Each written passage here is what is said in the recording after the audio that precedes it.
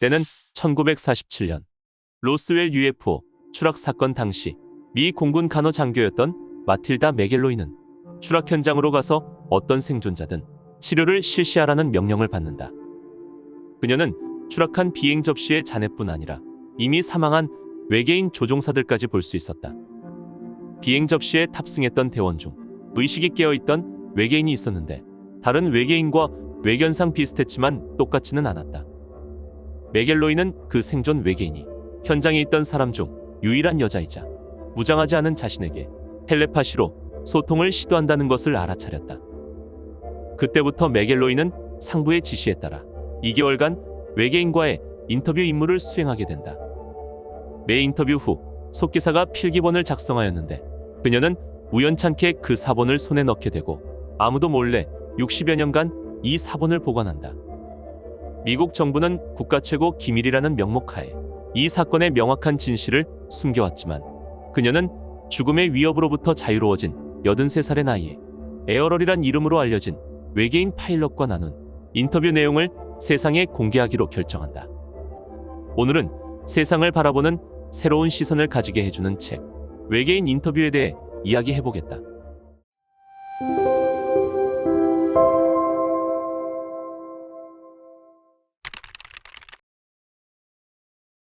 마틸다 맥겔로이는 외계인을 그녀라고 불렀다. 그 존재는 사실상 성적 구별이 없었고 어디에도 생식기관은 존재하지 않았다. 하지만 그녀는 태도나 행동면에서 여성성이 더 강했다. 외견상으로 본 그녀의 몸은 작고 말랐으며 신장이 1m 정도였다. 3개의 손가락이 있었으며 머리에는 기능을 갖춘 코나 입과 귀 같은 것이 없었다. 우주에는 소리를 전달하는 공기가 없기 때문에 우주선 조종사는 그런 기관이 필요 없다는 것을 알게 되었다. 눈은 상당히 컸는데 그녀의 시각적 감각이 매우 날카롭다는 것을 관찰할 수 있었다.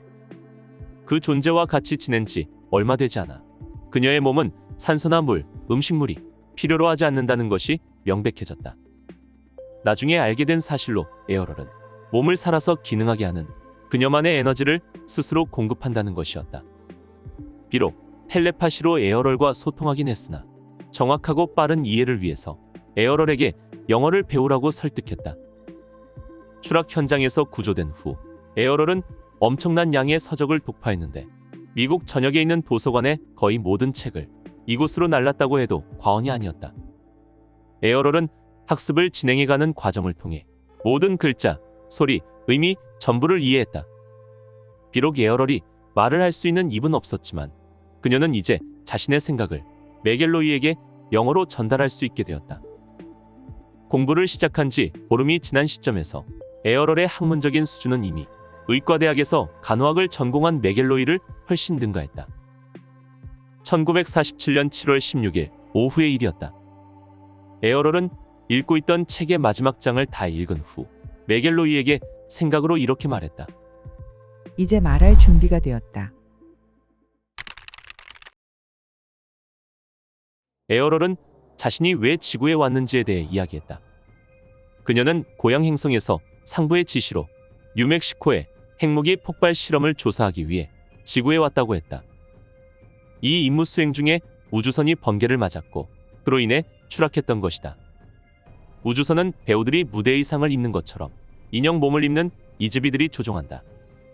인형 몸은 물리적 세계에서 우리가 조종하고 작동시켜 사용하는 기계적 도구와 같다.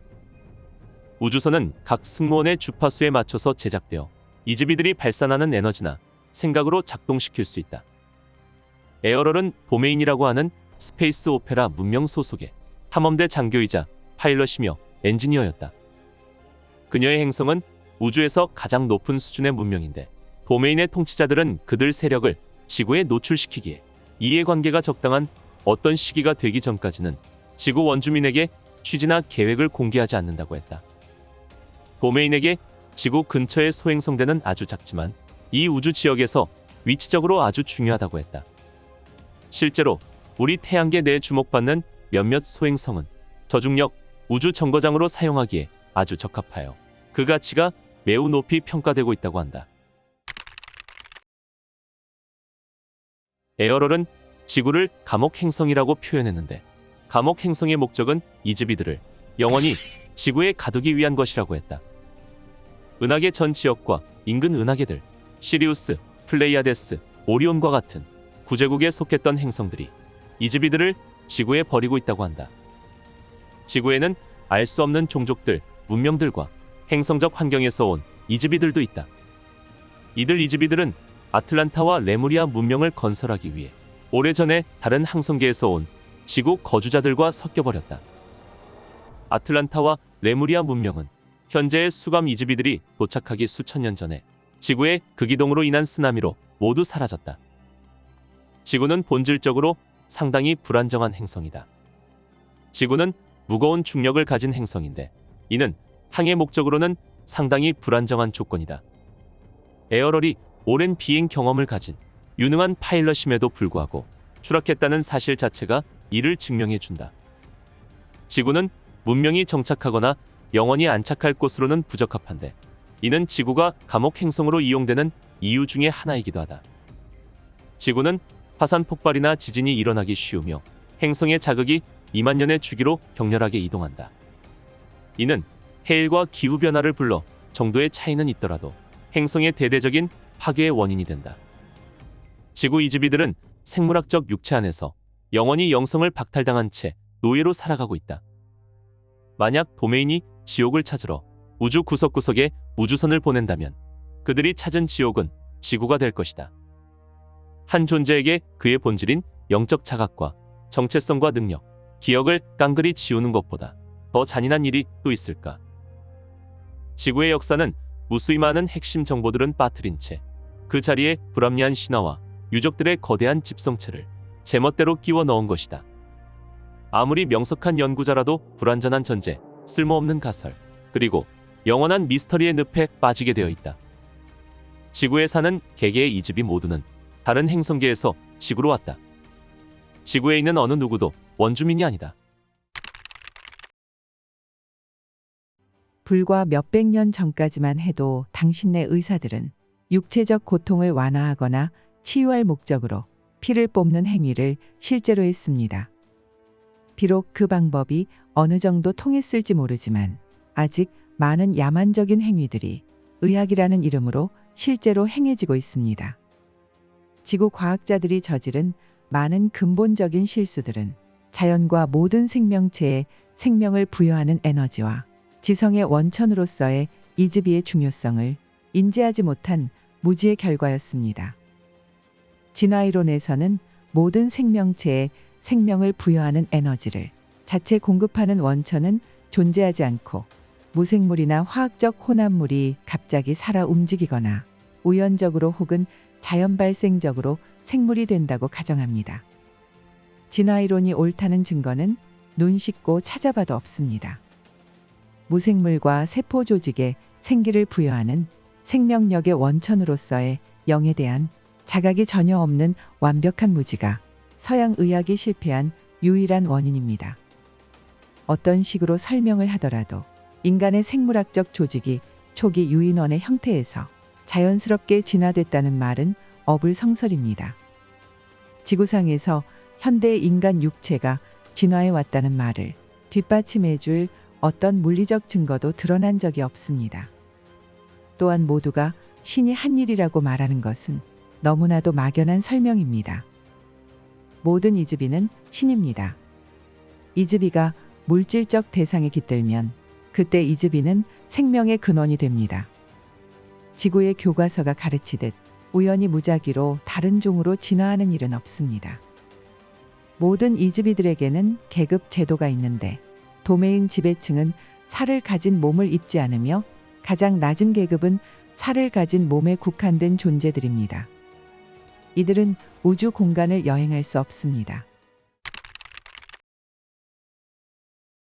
모든 창조와 생명을 타오르게 하는 영적 불꽃의 상대적인 중요성을 평가절하하거나 누락시키는 수준에 머무는 한 모든 지구과학은 여전히 무력하고 파괴적인 채로 남게 될 것입니다. 불멸의 강력한 영적 자신을 자각하고 깨어나지 못한다면 인류는 자멸하여 완전히 잊혀지는 그날까지 감옥에 갇혀 있게 될 것입니다. 당신이 무당의 주문을 믿지 않듯이 근본적인 창조의 힘을 지배하기 위해 물리과학의 도그마에 의존하는 일이 없도록 하십시오. 과학자들은 관찰하는 척하지만 그들은 보는 것만 보고 그것을 사실이라고 말합니다.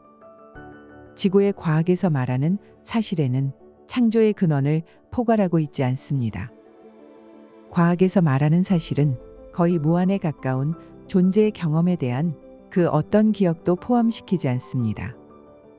창조와 존재의 본질은 현미경이나 망원경에 달린 렌즈와 물리적 우주의 측정 방법을 통해 발견될 수 있는 것이 아닙니다. 꽃의 향기나 버림받은 연인의 고통을 계량기로 파악할 수는 없지요. 신의 창조적 힘이나 능력에 대해 당신이 알게 될 모든 것은 불멸의 영적 존재인 당신 내면에서 찾을 수 있습니다. 이즈비의 본질에 대한 이해 없이 우주를 이해할 수는 없습니다. 영과 마음에 관한 연구는 물리 우주 내에서 측정 불가능한 것들은 모두 무시하는 과학에 의해 금지당해온 것이지요. 과학은 물질의 종교이며 물질을 숭배합니다. 과학의 패러다임에서는 창조된 것이 전부이고 창조주는 아무것도 아닙니다. 종교는 창조주가 전부이고 창조된 것은 아무것도 아니라고 말하지요. 과학과 종교는 상호작용하는 전체로서의 모든 현상들을 관찰하고 주시하지 못하도록 막습니다. 구제국 감옥 시스템의 최대 관심사는 어떻게든 당신이 당신 자신의 혼을 보지 못하도록 막는 것입니다. 감옥은 당신 마음의 그림자로 만들어져 있습니다. 문명의 진정한 천재는 다른 이즈비들이 그들의 기억을 회복하고 자기 실현과 자기 결정권을 되찾도록 해줄 수 있는 이즈비들입니다. 지구에 사는 모든 존재들의 생존은 당신이 자신의 본질을 되찾고 무한의 세월 속에서 획득한 기술을 다시 기억해낼 수 있는가에 달려 있습니다. 도메인 원정대 소속 몇 명의 장교들이 그들의 근무의 시간에 독자적으로 지구의 과학기술을 전하려고 했습니다.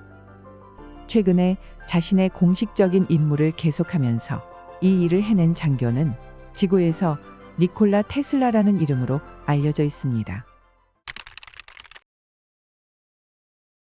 내가 편의상 이즈비라 지칭하는 불멸의 영적 존재들은 환영의 근원이자 창조주입니다. 이즈비들은 물질 우주의 존재들이 아닙니다.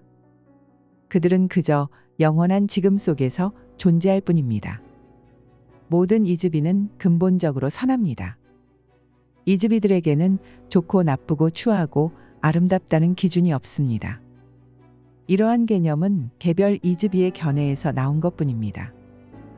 인간이 이즈비를 묘사한다고 하면 가장 근접한 표현이 전지전능하고 무한한 신이라는 표현일 것입니다. 인류가 살아남으려면 현재 당신들 존재가 처해 있는 어려운 여건을 풀 효과적인 해법을 찾기 위해 서로 협력해야 합니다. 이러한 깨달음이 있어야만이 당신들이 처한 이 수감 상태를 벗어날 수 있을 것입니다.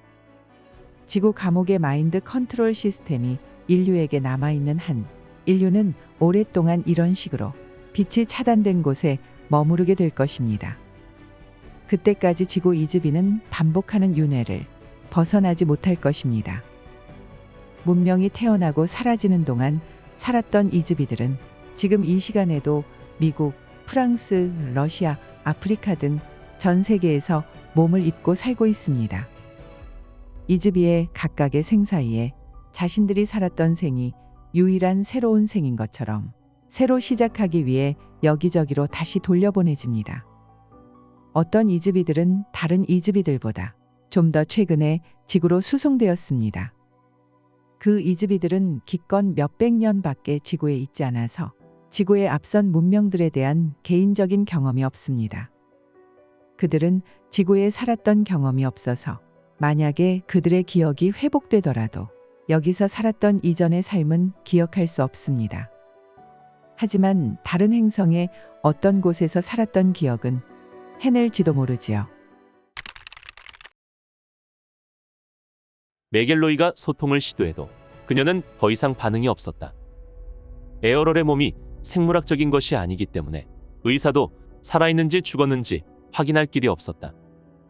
에어럴과 더 이상 소통할 수 없게 되자 떠나기로 예정된 전날 밤, 침대에 누워있는 메겔로이에게 갑자기 에어럴의 목소리가 들렸다. 그것은 이즈비로 온 에어럴이었다. 그녀는 여기 있지만 지구에 있는 몸 안에 있는 건 아니라고 했다.